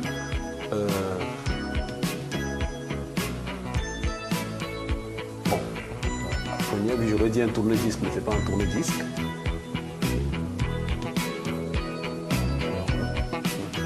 Bon, là, ça ressemble à de la chimie. Ça se rouvre. Et qu'est-ce qu'il a mijoté, le monsieur? Rien. Qu'est-ce qu'il fait, si vous voulez? Qu'est-ce qu'il fabrique, si vous voulez? Cabral, qu'est-ce qu'il fabrique? Là, il y a un blanc à l'antenne parce que tout le monde est concentré. Avant de vous donner la réponse, j'ai une autre question. Je suppose que vous avez tous des véhicules. Quel support utilisez-vous généralement pour jouer de la musique dans vos voitures? CD. CD. Et aussi... le flash disque. Oui, aujourd'hui les flash disques également. Alors là, c'est une partie du processus de fabrication d'un CD, tout simplement. D'accord. Bon. Mais je pensais qu'un CD, c'était un truc qui se fabriquait en série où on mettait dans la machine et des trucs sortaient. Mais là, voilà, ça c'est une partie, c'est par là qu'on commence. C'est comme un moule. Oui. Après, il y a plusieurs étapes. Après, il y a plusieurs étapes. Oui. Mais c'est comme ça que ça commence. C'est comme ça que ça commence. Voilà. Mais ça m'a l'air gros pour un CD quand même. Après, on découpe à un moment, on découpe pour avoir le CD, même le tout petit CD. Le CD-ROM tel qu'on le... Voilà. C'est tout. Il faut savoir ça. Vous voyez, on utilise plein de choses, on les CD, on les met, on les introduit, on les sort, on les jette et tout ça. Et alors, si on n'est pas dans l'égyptologie... Alors, l'image... Mais il y avait la musique, hein, prof. Il y avait la musique. C'est compliqué. On a une image. Il y avait la musique, et même des instruments de musique. Vous avez une idée et même de des l'image? supports musicaux. Est-ce qu'on a une image, Charles? Vous avez une idée de l'image? Qu'on va voir cette semaine? Oui. Non. Des films. Non. J'espère que ce n'est pas l'affiche. J'espère que ce n'est pas l'affiche de Cabral. Non. Ah ben, je me disais bien. Je me disais bien. Ils ont même un slogan, ensemble pour un nouveau... Un renouveau camerounais. Ben, renouveau, c'est emprunté déjà au président. Non, on verra. Donc, tout ça va être peaufiné. Voilà, cette image a fait... L'avenir nous dit. Je prends acte. Mais vous semblez ne pas être sérieux vous-même. Pourquoi vous rigolez quand vous lui présentez? Non, nous ne rigolons pas, prof. Moi, j'ai vu cette image. Bon. D'abord, on peut être sérieux et rigoler. Bon, vous savez, les réseaux sociaux aujourd'hui aussi. Oui, il y en a plusieurs comme ça. Il y en a plusieurs aussi. comme ça. Hein. Oui. Les réseaux sociaux s'emballent facilement. Hein. Mais moi, je remercie ces personnes qui font ça. Vous savez, c'est bizarre. C'est comme l'autre jour, j'étais assis. C'était la première fois que ça m'arrivait. J'étais assis chez moi et on débattait de moi. D'accord. Souvent, c'est moi qui suis assis à la télé et je parle des autres. Et ce jour-là, les gens parlaient de moi avec passion, chacun développant. J'ai dit, mais ça fait bizarre d'être assis à la maison et de se voir être sujet de débat à la télé. C'était très intéressant. Ça commence. C'est bien. Eh bien, Cabral, on continue de se réjouir de vous avoir sur ce plateau en attendant, comme je le disais, que vous passiez de l'autre côté du plateau. Vous êtes encore là. On espère que vous serez là la semaine prochaine. Je suis là. Voilà. D'accord. Au moins, on pourra se vanter d'avoir un candidat à la présidence comme chroniqueur sur notre plateau et qu'on espère qu'une fois au Palais de l'Unité, vous ne nous oublierez pas. Merci à nos équipes techniques emmenées par Charles Talon. Merci à Violeta Massoussi qui a une fois encore assuré la production de l'émission. Merci à Thierry Abena qui fait son grand retour après 3 semaines d'absence. Personne ne sait où il était. Merci à vous, madame, monsieur, d'avoir été à notre compagnie. C'est vendredi encore. Merci de nous avoir suivis. On se retrouvera vendredi prochain. D'ici là, portez-vous bien. Restez en compagnie de nos programmes et passez une excellente soirée.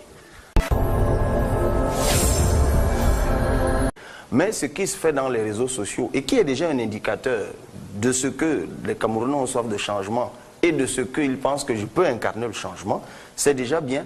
Mais cette virtualité, il faut la muer en une force de changement. C'est pour ça que j'ai dit que le premier palier dans la dynamique de changement, c'est l'inscription massive sur les listes électorales. Et j'ai d'ailleurs dit qu'au 31 août, je souhaite que les Camerounais soient inscrits à un nombre de 11 millions.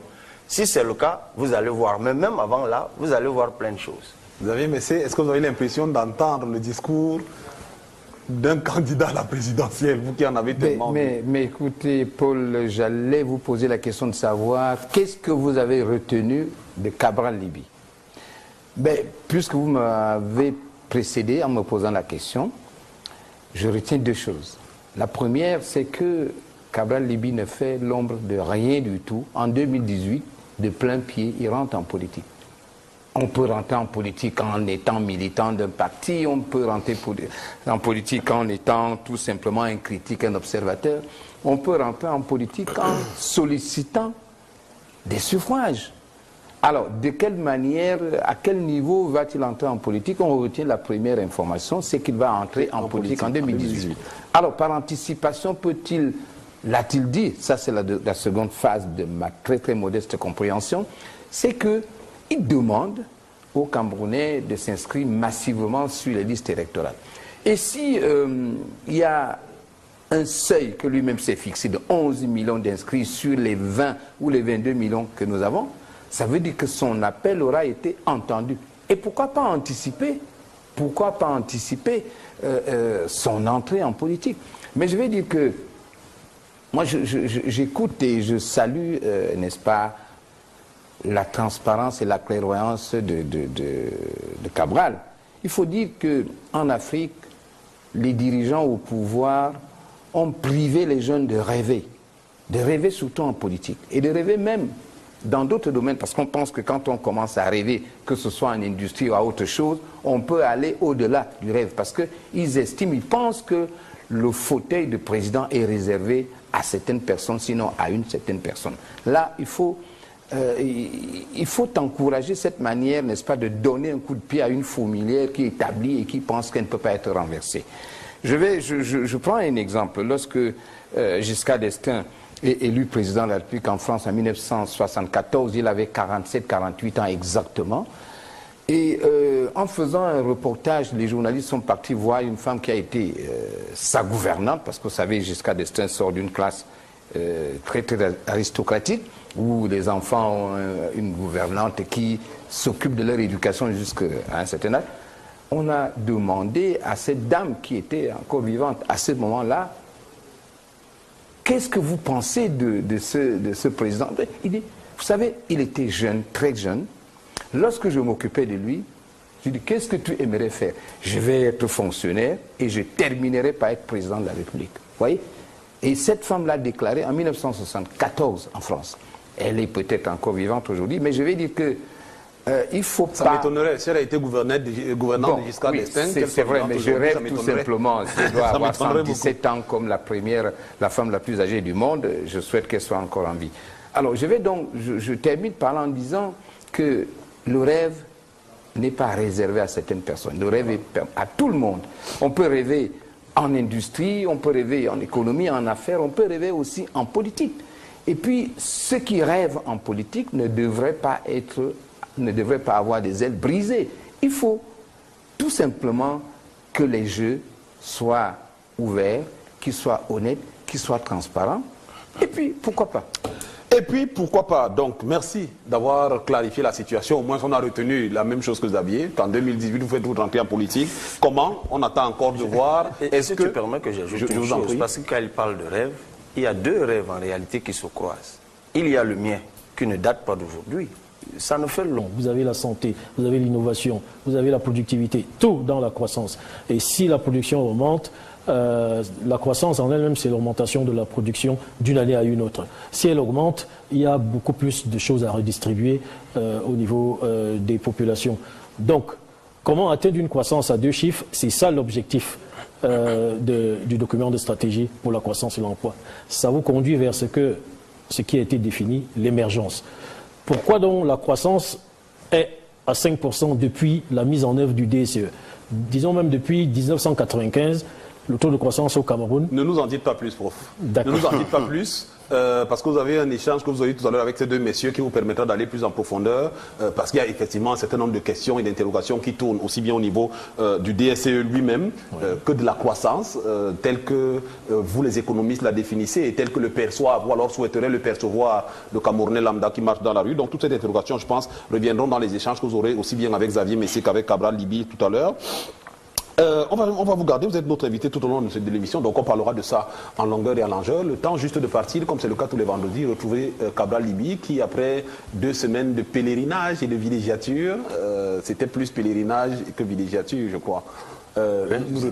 C'était pas la villégiature du tout. C'était pas la villégiature du tout. Eh bien, Cabral Libye, vous devez le savoir, avant de rentrer dans l'œil de Cabral, Xavier demandait tout à l'heure pourquoi je ne vous ai pas posé la question de savoir comment vous allez. Eh bien, parce que vous savez que vous déférez la chronique au Cameroun ces derniers temps-ci. Et moi, je me suis promis, et j'ai promis à tous les gens que j'ai rencontrés, aussi bien hors du Cameroun qu'au Cameroun, qui m'ont demandé, mais est-ce que c'est vrai cette histoire? Je leur ai dit, je lui poserai la question devant tout le monde et qu'ils nous disent.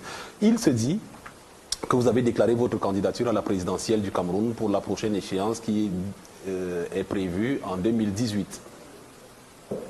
Alors, je souhaitais vous demander solennellement devant tout le monde si c'est une rumeur ou alors si effectivement vous avez déclaré que vous serez candidat à ce scrutin-là.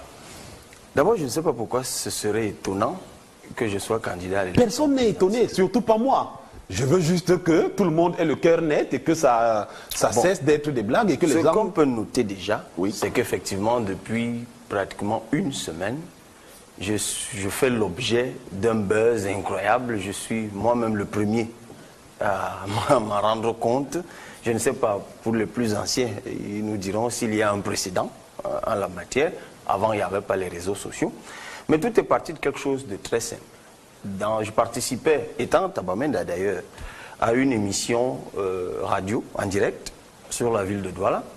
Et l'émission portait sur l'impact de la trajectoire de Macron sur la société politique camerounaise. Donc il m'a été demandé si, eu égard à l'âge de Macron et à son parcours, je trouvais que certains Camerounais avaient son profil. J'ai répondu en disant qu'il y a effectivement beaucoup de Camerounais qui ont ce profil. Et puis le journaliste m'a demandé, mais vous-même, on dit de vous que vous avez un profil qui peut vous conduire à la présidence de la République. Et je lui ai répondu très exactement ceci. Lorsqu'il y a un peu plus d'1 an et demi, j'avais lancé le mouvement G18, ça avait fait rire beaucoup de gens. Pourtant, déjà à l'époque, je disais que 2018 est une année cruciale pour le Cameroun, pour l'histoire politique du Cameroun, et que cette année-là devait marquer l'avènement au Cameroun d'idées nouvelles portées par des hommes nouveaux. Ainsi donc, j'annonce mon entrée solennelle et officielle en politique en 2018, et la génération qui va ouvrir une nouvelle page politique au Cameroun, j'en ferai partie et aux avant-postes. Voilà ce que j'ai dit. Une fois que je l'avais dit, 1 heure plus tard, des internautes avaient déjà fabriqué des affiches avec mon visage dessus, avec des messages de campagne.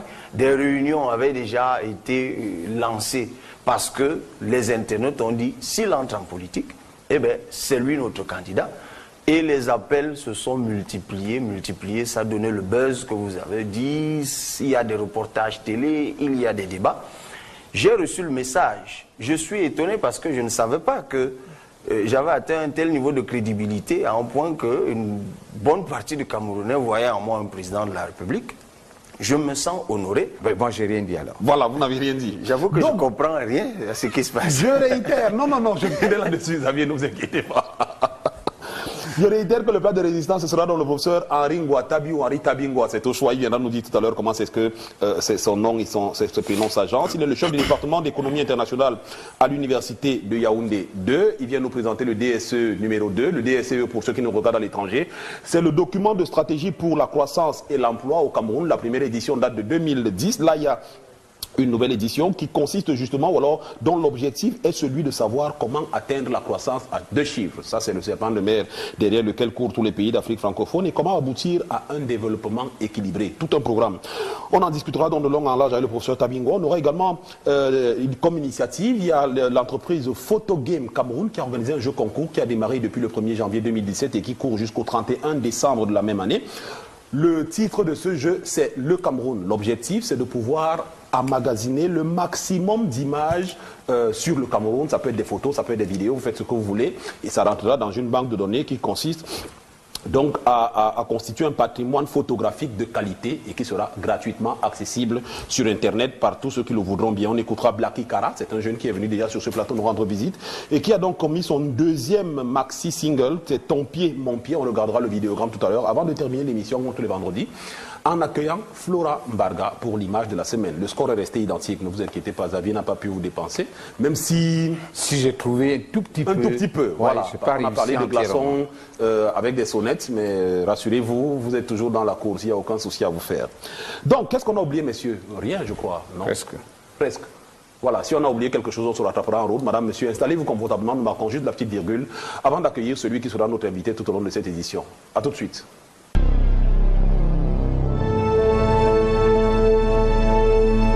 On est donc de retour sur le plateau de Sans Rancune. Cabral ne fait que nous embêter d'abord avec les noms de l'invité qui ne sont pas bien agencés, ensuite avec l'ouvrage et pas l'ouvrage. On va donc accueillir, mesdames et messieurs, celui qui sera l'invité de cette édition de Sans Rancune. Henri Ngouatabi est notre invité. Bonsoir, professeur. Bonsoir. Merci d'avoir accepté notre invitation. Merci aussi à vous d'avoir invité. Et messieurs Messé. Bonsoir. Soyez le bienvenu, professeur. Merci. Bonsoir, Xavier. Bonne arrivée. Merci. Merci à vous. Merci d'être venu. Installez-vous, je vous prie.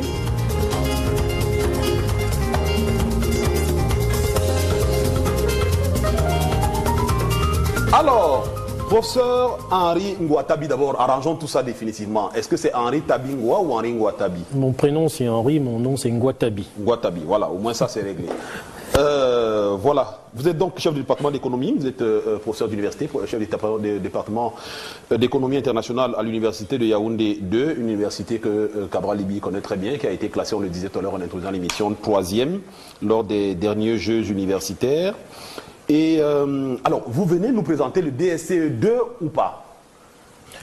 Pas le DSCE 2, parce que le DSCE 2, il arrivera en 2020. En 2020. Parce que le DSCE doit être révisé en 2020. D'accord. Le DSCE, tel que nous le connaissons, a été commis en 2010, je crois.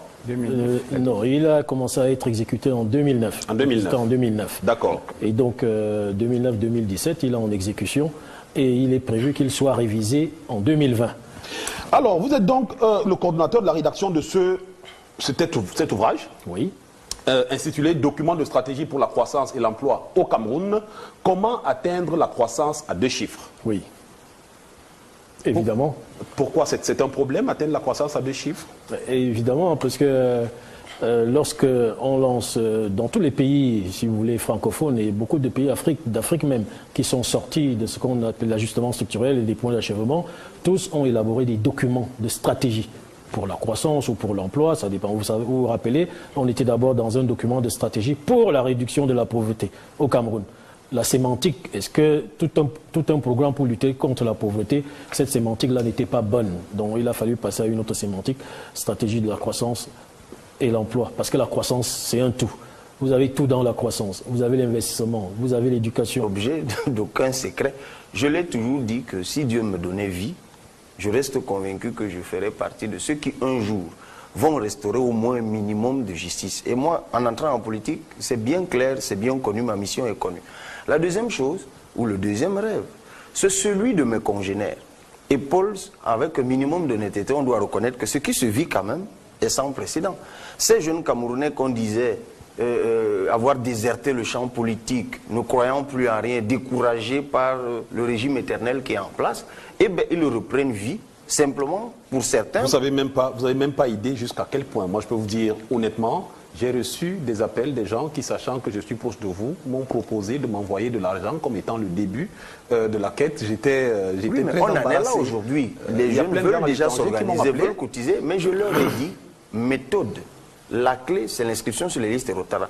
Moi, j'appelle ça l'appel authentique du peuple. Vous savez, on est dans un pays Xavier, où il y a eu des années passées des appels du peuple. Et là, c'est des appels authentiques du peuple. C'est spontané, c'est pas préparé, c'est pas encouragé. Les gens ne sont pas payés. Je ne connais même pas ces gens. Et on ne peut pas rester sourd, même si on n'est pas l'objet de cet appel, on ne peut pas rester sourd à cet emballement qui a commencé au Cameroun depuis 2 semaines et qui, je l'espère, va peut-être déboucher sur une chose que personne actuellement ne perçoit véritablement. Mais une fois de plus, au-delà d'Internet, ça doit se jouer sur le terrain. Et la clé, c'est la liste électorale. Allez-y, chers jeunes, sans retenue. En attendant donc que vous passiez de l'autre côté de la table, vous êtes encore de ce côté-ci. Vous êtes encore le chroniqueur de cette émission. Et cette semaine-ci, l'œil de Cabral nous ramène, nous revenons de Bamenda.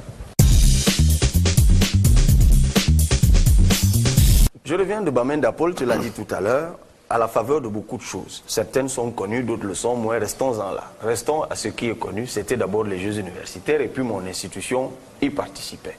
Ben, mieux que la fois dernière, Yaoundé 2, c'est ici au pied du podium. 3e position sur le classement des universités. Il faut saluer tous ceux qui ont travaillé pour cela, mes patrons, notamment le recteur de l'Université de Yaoundé 2, le professeur Ibrahim Adamou. Il y a une deuxième chose qui aura marqué ces Jeux universitaires, dont on parle moins, mais comme moi j'appelle les Jeux de l'esprit. C'était une exposition du génie et du talent de l'étudiant camerounais, où toutes les institutions universitaires qui y étaient avaient fait partir là-bas des groupes de jeunes qui faisaient la promotion de leurs inventions, de leurs innovations. Et j'ai vu des choses incroyables, Paul Maël. Des jeunes qui ont inventé du ciment, des jeunes qui ont inventé de l'engrais, des jeunes de l'école des travaux qui ont inventé une maison construite en matériaux locaux, 8 millions, clés en main. Des choses incroyables. Je me suis dit, mais ça existe dans ce pays.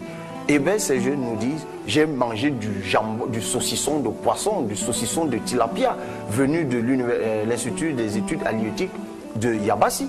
Des choses incroyables. Je me suis dit, mais pourquoi ces jeunes ne sont pas encouragés? Mais j'ai été refréné dans mon questionnement en me disant, c'est bien le ministre de l'Enseignement supérieur qui a fait qu'ils viennent là. C'est sûr qu'il a un plan derrière. Il faut peut-être déjà aussi féliciter ceux qui ont travaillé, le professeur Foudan Djodo, qui est inspecteur général des services, et le professeur Lokmon Belek, qui ont encadré ces jeunes.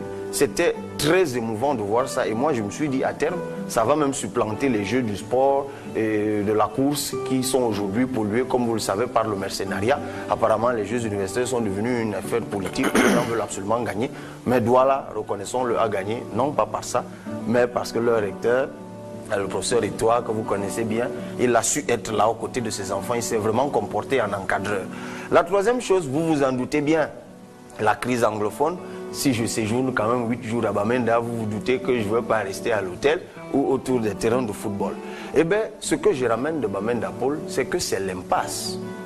La crise anglophone est dans l'impasse. Ce que beaucoup de gens ne savent plus, c'est que les villes mortes, c'est devenu quelque chose de banal. Je dis même de banal à Bamenda. Lundi, non, dimanche, une rumeur circule que demain, c'est ville morte. Tout le monde croit que c'est la blague. Le lendemain, vous sortez de votre hôtel, vous ne pouvez pas acheter une brosse à dents. Tout est fermé pratiquement jusqu'au callbox. Et toute la journée jusqu'au soir. Je me souviens, le jeudi, il y avait un... Bonsoir madame, monsieur, bonsoir. Merci d'être au rendez-vous de cette nouvelle édition de Sans Rancune. Nous sommes vendredi et la semaine qui s'achève a été riche. D'abord parce qu'elle a consacré le 1er mai dernier la célébration de la Journée internationale du travail à travers le monde. On espère que partout où vous êtes en Afrique et partout où vous nous suivez, vous avez célébré cette fête comme il se doit. Elle a également consacré le 3 mai dernier la célébration de la Journée internationale de la liberté de la presse. Et nous verrons aujourd'hui le classement, on en parlait déjà la semaine dernière avec Xavier Messé, de la célébration, le classement au niveau de la liberté de la presse sur le continent africain en particulier. Et pour ce plateau, elle est également riche parce qu'aujourd'hui, après moult chassés croisés, nous retrouvons nos deux chroniqueurs sur le même plateau. Xavier Messé, Cabral Libi, bonsoir. Bonsoir Paul. Vous allez bien? Mais moi je vais très bien. Oui. Comment vous avez fêté le 3 mai? Alors, le 3 mai, il y a eu une série d'activités. Il y a eu des matchs de foot en prélude. C'était dimanche. Et à partir de lundi, il y a eu une série d'activités qui ont été organisées par le syndicat des journalistes au Cameroun. Notamment, il y a eu des universités organisées au JICAM à Douala, où on a beaucoup appris sur le métier du journalisme. Il y a eu plein de choses, notamment pour des jeunes journalistes, des jeunes reporters. L'accent a surtout été mis sur le respect de l'éthique, le respect de la déontologie, le retour à l'orthodoxie. Voilà. C'est quand même c'est très intéressant parce que nous avons toujours fait des reproches à la Journée internationale de la femme, le 8 mars, que les femmes passaient leur temps à danser, à boire, à faire des excès dans les bars, au lieu de réfléchir. Mais les journalistes ne sont pas limités à la critique, sont passés, n'est-ce pas, au modèle. Voilà. On a réfléchi, on a pensé à la presse, on a pensé aux libertés, on a pensé aux règles d'éthique et de déontologie, voilà. On a pensé aux jeunes journalistes, on a pensé à la formation. Ça veut dire quand même que nous prêchons par l'exemple. Voilà. C'était donc la célébration de la Journée internationale de la presse. Je ne sais pas si on en parlera dans cette édition. Je ne vois pas ça faire bouger les lignes. Ben, on espère que ça va faire bouger les lignes. Ça avance, ça avance timidement, Cabral, mais ça avance. Il y a des... Si vous regardez, si vous faites si vous jetez un regard rétrospectif, vous vous rendez compte qu'entre il y a 20 ans, quand moi je démarrais, et aujourd'hui il y a eu beaucoup d'avancées. Donc si je prends il y a 40 ans quand Xavier a démarré, vous verrez qu'il y a un grand bond qui a été fait. Ça avance peut-être pas à la vitesse qu'on souhaiterait, mais il y a des choses qui avancent. C'est un combat qui se gagne étape par étape et je pense que chaque année, on ne peut plus refaire il y a 20 ans, on ne peut plus refaire la presse d'il y a 20 ans. Il y a 20-30 ans, on n'avait pas autant de journalistes sortis des écoles comme c'est le cas aujourd'hui. Voilà. Tout de même, on peut dire qu'il y a des avancées, comme Paul le dit. Ce n'est pas des pas de géant, mais c'est tout de même, on ne fait pas de surplace. Il faut quand même noter aussi les reculades, mais bon. Il vaut mieux regarder le verre à moitié plein que de le voir à moitié vide. Et pour ce qui est de cette édition, mesdames et messieurs, elle sera tout autant riche.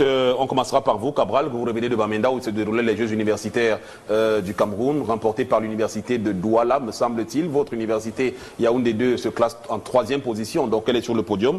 Vous revenez donc de Bamenda et ce sera le titre de l'œil de Cabral aujourd'hui. De retour de Bamenda, on ira dans les cas d'actualité où on parlera du Tchad, de la Tunisie, de la Tanzanie et du Cameroun. Encore une fois du Cameroun. On ne parlera pas de la France parce qu'il faut le dire, dans 2 jours, dimanche prochain, les Français iront aux urnes pour décider qui de Marine Le Pen ou d'Emmanuel Macron présidera aux destinées de l'Hexagone pendant les 5 prochaines... On va quand même noter l'excellent débat, mais bon. Oui. Espérons que ce sera déterminant pour l'un ou pour l'autre. On l'espère. Même si la presse a déjà son candidat à la finance aussi. On voyait Hillary Clinton aux États-Unis, on a eu Trump. Donc méfions-nous de ce que prédisent les sondages. Comme la France n'est pas les États-Unis. Et comme la France n'est pas les États-Unis, justement, donc Macron n'est pas Trump. Le plat de résistance de cette émission, comme tous les vendredis, nous accueillerons le professeur Henri Tabingwa, qui est le coordonnateur... Henri Ngouatabi, je crois. Henri Ngouatabi. Voilà. D'accord. C'est sûr, maintien au classement qu'il y a sur les ouvrages. Mais attendons que l'invité arrive, il nous dira lui-même si c'est Henri Ngouatabi ou Henri Tabingwa. J'ai déjà vu ses publications.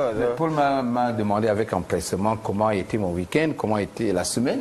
Tu n'as rien posé de cette question à mon voisin de gauche. Mais j'allais y arriver, Xavier, vous voulez venir faire l'émission? Parce que j'allais dire c'est un acharnement sur moi. Mais Xavier, moi j'ai pensé à introduire Cabral avant l'œil de Cabral et commencer par cela. Là, vous Ah bon? Oui. Bon.